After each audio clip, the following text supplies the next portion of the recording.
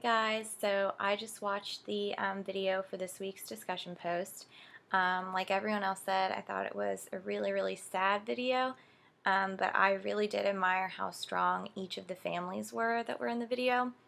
I admire how positive all of them are, even though they know the prognosis for their children's condition. They all were really positive about living every day to the fullest, and even though Donovan's parents said that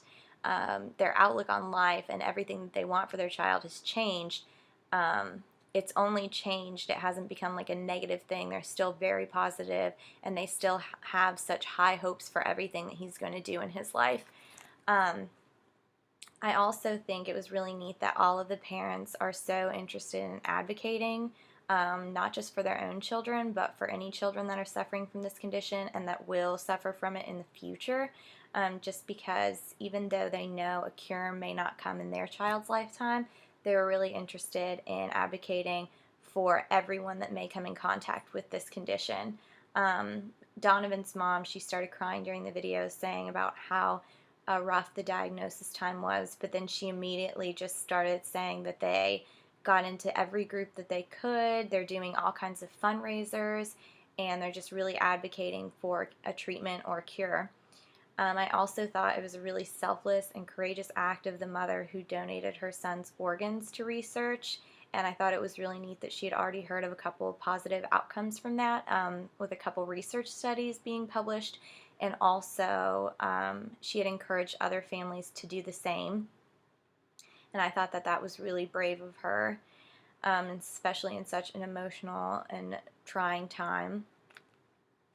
For Friedreich's ataxia, I looked up a little bit more information about it and the progression of the disease,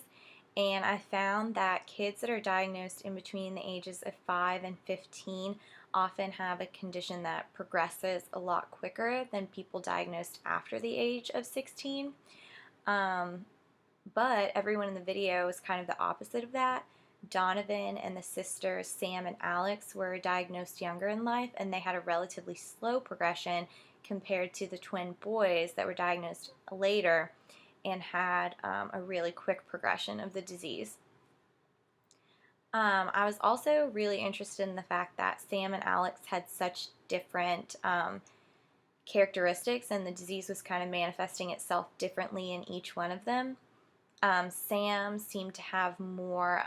problems with her articulation and prosody, whereas Alex had more trouble with respiration and breath support. But also, that was probably caused because she has more curvature of the spine issues and more heart trouble, whereas Sam was more stable and had a better posture. And because it's a genetic condition, I just thought that they would be a lot more similar than what they were. Donovan, I thought his case was really interesting too, because they said they thought it was so slowly progressing in a more mild case, and I was just thinking that it would be, all of them would be a little bit more similar in their progression, but I guess with any degenerative condition it can just be very unpredictable. As far as treatment and assessment go, the differences between assessing children and adults for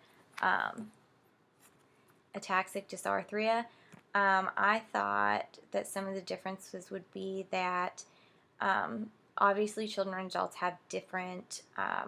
things that are asked of them every day and different ways that they need to communicate just to function in their environment. So I think that treatment can look really different. Of course, the outcome goal would be the same, that you want the best possible communication, but the short-term goals and objectives to get there are obviously going to be really different. I also think that emotionally it can just be a very different experience for children and adults. Children, of course, it can be scary having all these tests and working with people that you're not familiar with, but adults for this kind of condition have had to have some kind of traumatic experience, and they've acquired this, and it's not something that they're used to, so they obviously are going to have some depression about losing their communication abilities, and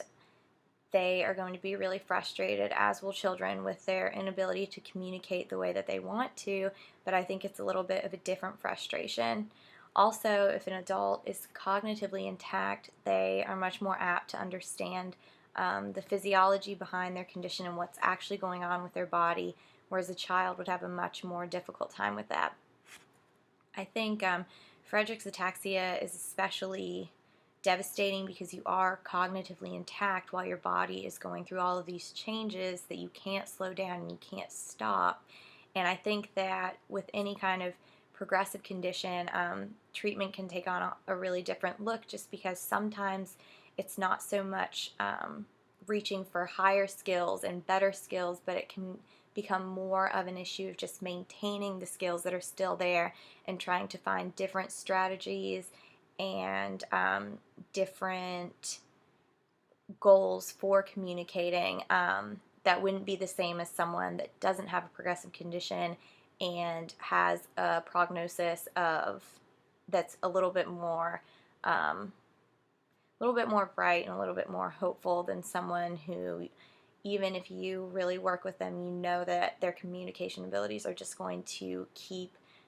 deteriorating. And I think that is everything.